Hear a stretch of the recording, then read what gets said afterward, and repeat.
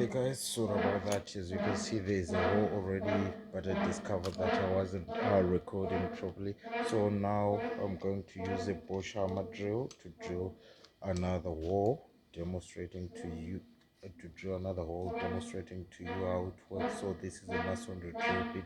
As you can see, it goes these small ears that helps it to go through any wall or any stone. Now, okay, drill with me here.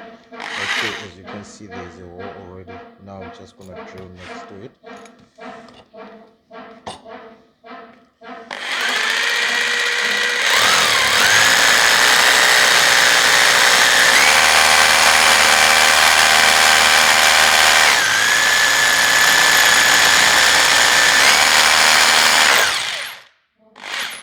Oh, unfortunately,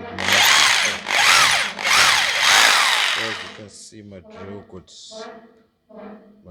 a small holes for a fan underneath this, so I use them off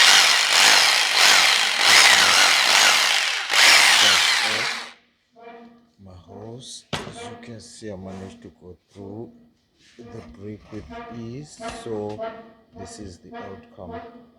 These are the holes that I managed to drill using a 8mm drill bit. So on your drill bit, on top of it, if it's an original drill bit, you'll see there is a number which tells you the size of the drill bit.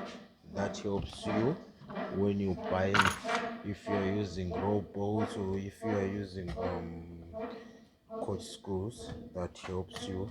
You have to check on that number so that you don't use the wrong expansion bolts or the wrong cord screws or knock ins.